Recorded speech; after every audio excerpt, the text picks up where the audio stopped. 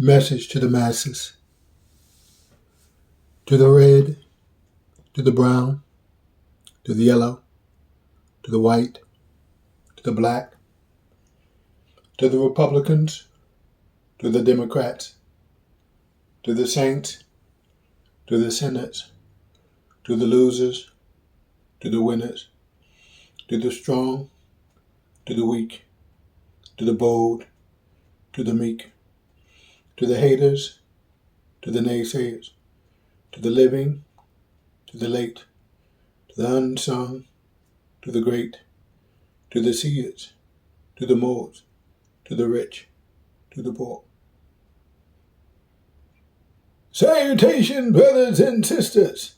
I am Orapotist Maximus, orator, poet, and activist. First, giving honor to God. It is my custom to open up with a word of prayer. I hope you don't mind, or think it inappropriate, or consider it robbery that I do so. In the Holy Bible, the book of Malachi, the book asks the question, will a man rob God? Will a man rob God?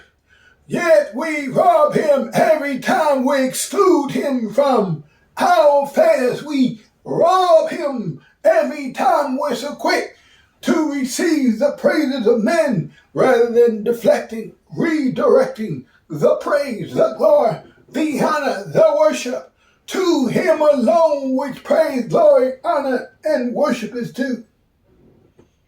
Prayer. Oh, Almighty God, Creator of the heavens and the earth,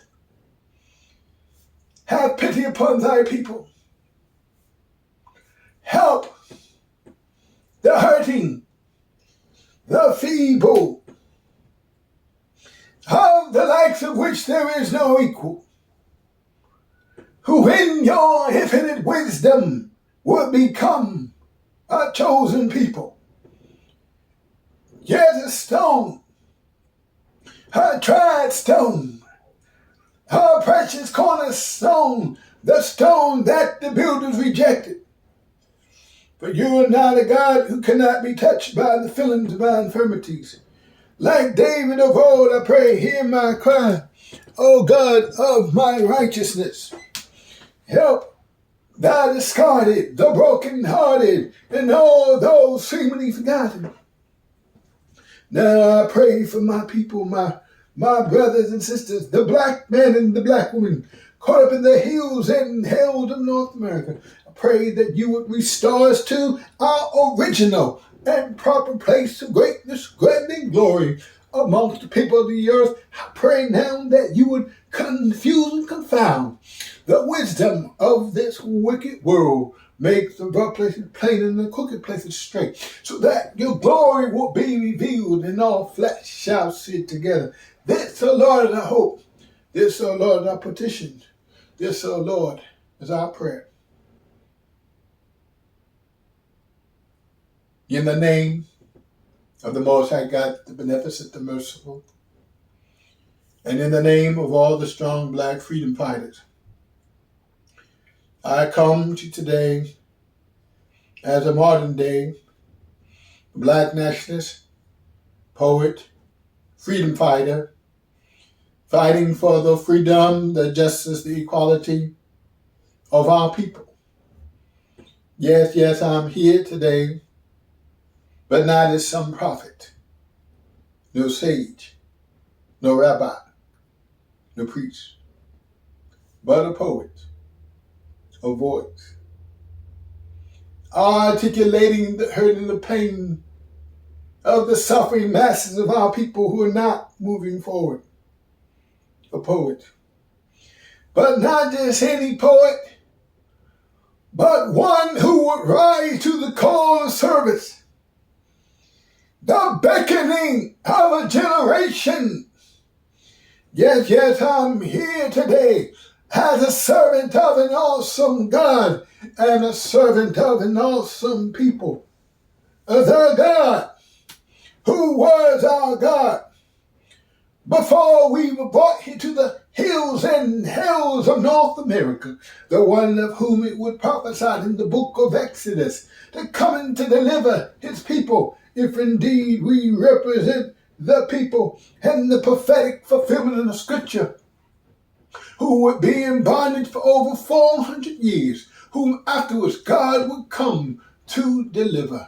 Yet brought here to America on the belly of slave ships, ship filled with dung and disease. They packed us in like sardines, traded us for mere sugar cane and coffee beans, the despised and rejected. Our people, robbed of our names, robbed of our language, robbed of our history, robbed of our culture, our folkways, our mores, our religion. Look at us.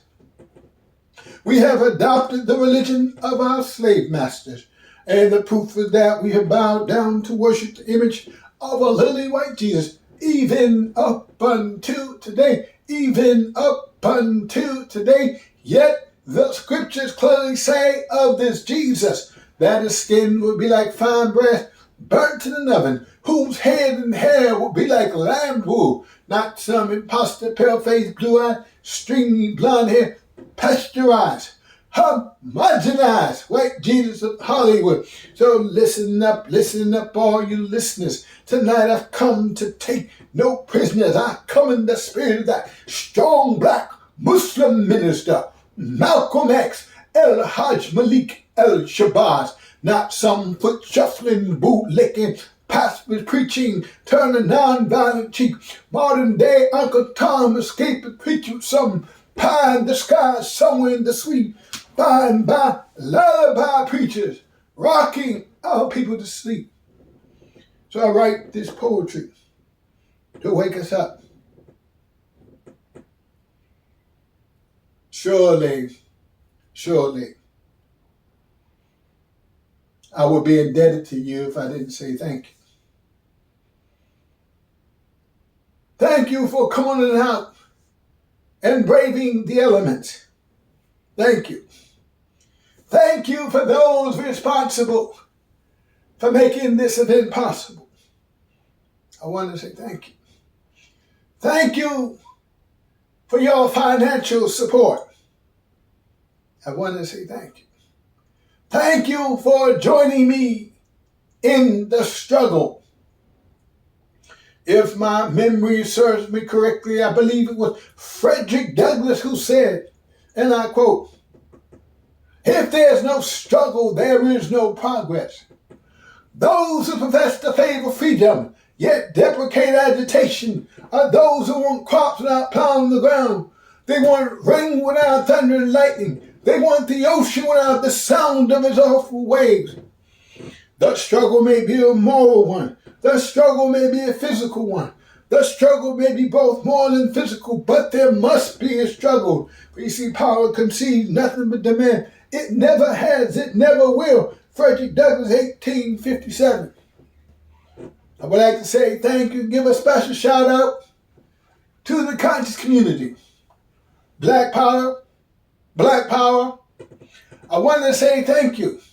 Thank you for your tireless work, your sacrifice and service, your compassion, your dedication to the elevation of the suffering masses of our people who are not moving forward, and to humanity in general. What happened? What happened to the dream of the dreamer? What happens? What happens to a dream deferred? Does it dry up like a raisin in the sun? Or does it fester like a sore? Then run?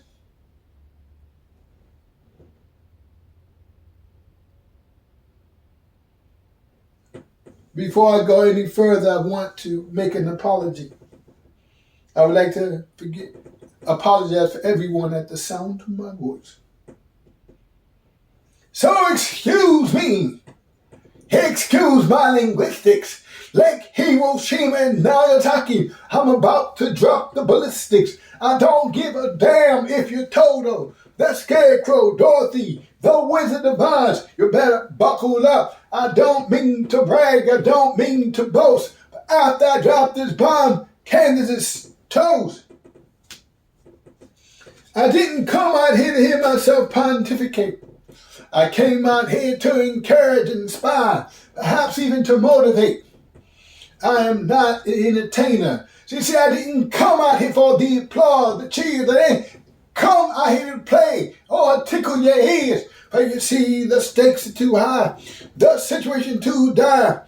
Our people are suffering this very hour. So I've come to speak truth to power. Oh, I pray that I may speak with the eloquence of Dr. King, speak with the militancy of a Malcolm, speak with the courage of a Sojourner, to speak with the ferocity of a Nat Turner. Now I draw strength for a moment from Langston Hughes, from Paul Laurence Dunbar, from Dr. Mangelo, and all my former fellow poets. And to my enemies, I want to say thank you. I want to say thank you personally for coming out of the cold and taking this butt whooping personally. But in the words of James Baldwin, America, I'm not your Negro. I don't scratch when I don't itch. I don't dance if I don't like the music. I march to the beat of a different drum. I'm self-determined, self-actuated, self-motivated. I don't fit your stereotype. I don't smoke. I don't drink. I don't use drugs. I have absolutely no need to smoke the weed. I'm a Superman. I have testicular fortitude. I don't budge, don't bend. I don't chase women and I don't chase men. I'm not a gangbanger. But I do have gangster-like proclivities. I've learned not to shoot from the hip, but as a poet, I've learned to shoot from the lip. I want to talk to you very briefly on an idea that I call the Jonah Project. Obviously, Jonah is a reference to the biblical prophet Jonah and the book named after him found in the Old Testament scriptures of the Holy Bible. This book, Jonah, it is an example. It is a warning to all would-be nation that would find itself in the crosshairs of the judgment of God.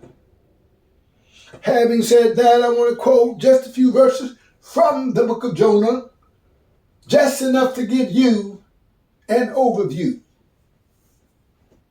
Now the word of the Lord came unto Jonah, saying, Arise, go unto Nineveh, that great city, and cry against it, for its wickedness has come up before me. But Jonah arose to flee to Tarshish from the presence of the Lord. And the Lord prepared a great wind in the sea, and there was a mighty tempest in the sea, so that the ship was broken. And the Lord prepared a great fish to swallow Jonah. And Jonah was in the belly of the fish 3 days and 3 nights.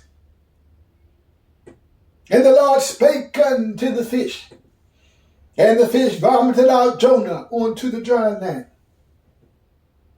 And the word of the Lord came unto Jonah a second time, saying, Arise, go unto Nineveh, that great city, and preach unto it the preaching that I bid thee.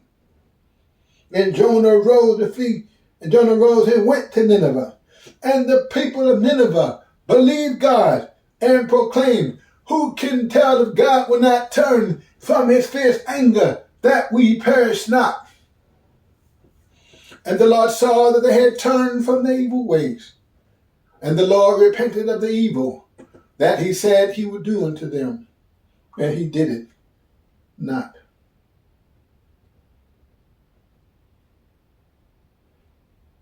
The Jonah Project is a test and testament to the current state of the hearts and minds of white America.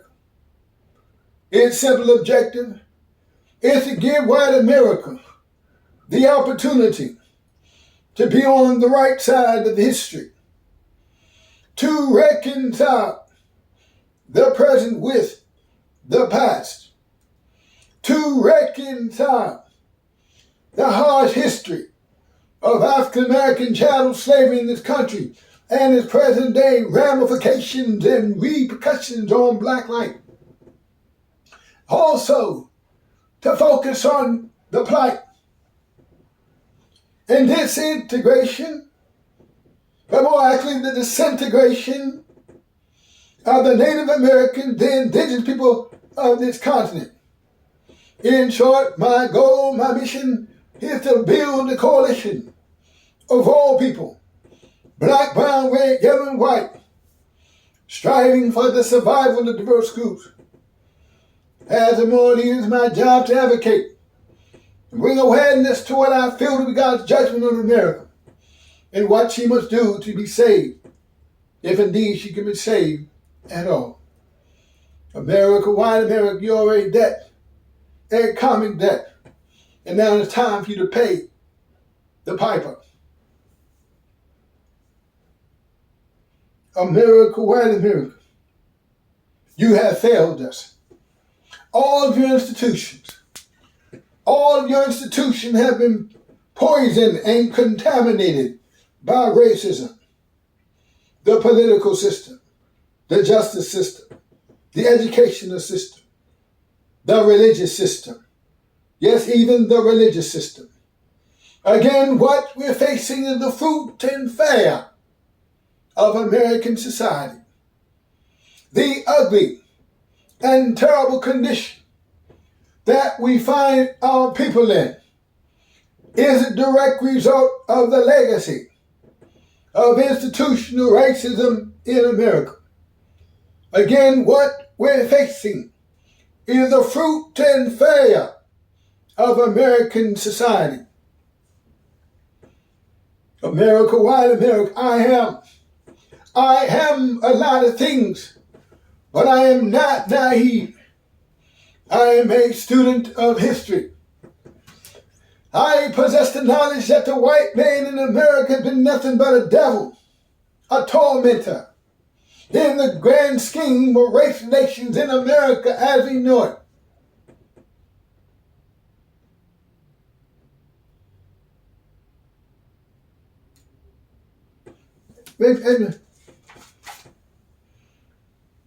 As we know it, is a grand scheme of race relations as we know it.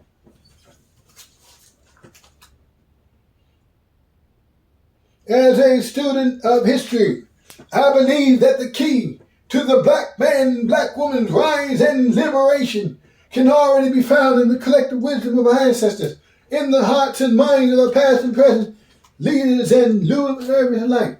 I believe that all of our problems can be solved. I believe that all of our questions are ours for the asking. If we would take the time to sit at their feet, glean from their wisdom, knowledge, and understanding. America, white America, I'm not your judge. The God that I serve even chastises his own children, saying that if we want to be recipients of mercy, then we must extend mercy. Suggesting that God is not only a God of wrath, but is a God of mercy, capable of extending mercy even to the hearts of depraved souls. Such is evident in the biblical story of Jonah, the wicked city of Nineveh, hence the Jonah Project. I prayed and asked God, can there be reconciliation? Can there be a reconciliation of the races in America? And he answered me as if through a whirlwind. He said, can you reconcile love and hate? Can you reconcile the forgotten with the great? Can you reconcile war and peace? Can you reconcile the Western world with the Middle East? Can you reconcile joy and pain? Can you reconcile sunshine and rain? Can you reconcile the molehill and the mountain? Can you reconcile a Malcolm with a Martin? Can you reconcile the prostitute, the Mary Magdalene, with virtuous women like Mary and Martha? Can you reconcile hell with the cross, Golgotha? Is everybody right? Is everybody good? Let's continue. It won't be long, but gotta be strong. I won't be long, but gotta be strong.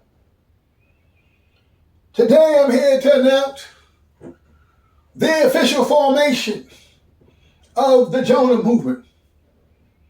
In all sincerity, I think it would be imprudent or unwise to start a new organization or mass movement from scratch. I am of the persuasion that we as blacks should not and cannot continue to waste precious time reinventing the will to solve our problems. As a student of history, I believe that the key to the black man's rise and liberation can already be found in the collective wisdom of our past and present leaders and luminaries alike. I believe that all of our problems can be solved. I believe that all of our questions can be answered if we would take the time, sit at their feet, glean from their wisdom, knowledge, and understanding. So I'm here today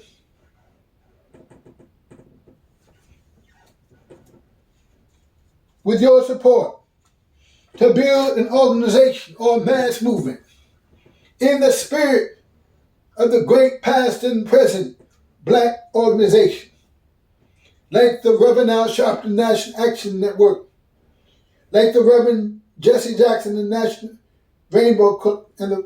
Rainbow Coalition, like Martin Luther King Jr. and the Southern Christian Leadership Conference, like Huey Newton and Stokely Carmichael, like W.E.B. Du Bois and the NAACP, like Malcolm X and Afro-American Unity, like Marcus Mosiah Garvey and the UNIA, the Universal Negro Improvement Association, like Dr. Khalid Abdul Muhammad and the New Black Panther Party.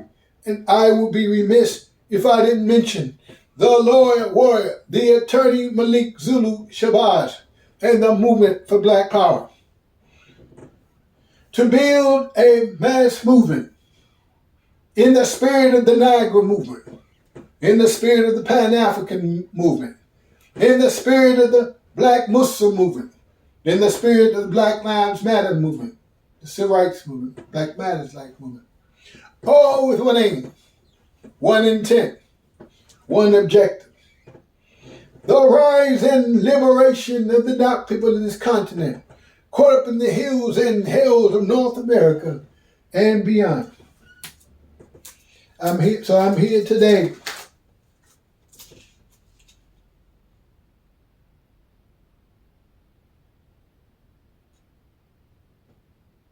so we borrow and build from the successes of all these institutions. So we're here today to launch, to mark, to witness the birth, the inception of Jonah, the Judge of Nation Advocacy headquarters. My goal is to build a coalition of all people, black, brown, red, yellow, and white, because it was Dr. King who suggested that my destiny is inextricably interwoven in your destiny, and whatever affects one directly affects all indirectly. We cannot walk alone. So we stand here today at a junction, a turning point, a boiling point, if you will, in race relations in America as we know it. I ask the question, is America like the wicked city of Nineveh, the people of Noah, the people of Sodom and Gomorrah, deserving a final opportunity to make right the wrongs of past generations? As a moral leader, I think it only right and proper that every so-called new generation should be afforded a small window of opportunity to make right the wrongs of past generations. America, white America. And when I say white America, I'm largely speaking to the lingering racist white element of white people. The stubborn, Those whites unwilling to learn from the errors of their way.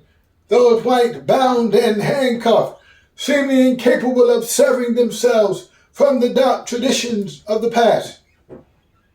So I'm here to offer a miracle, a final proposition. To get right or to get left. To get right or to get left. To get right, I mean to restore, reconcile, and repay. Get left, face the immediate separation, reallocation of the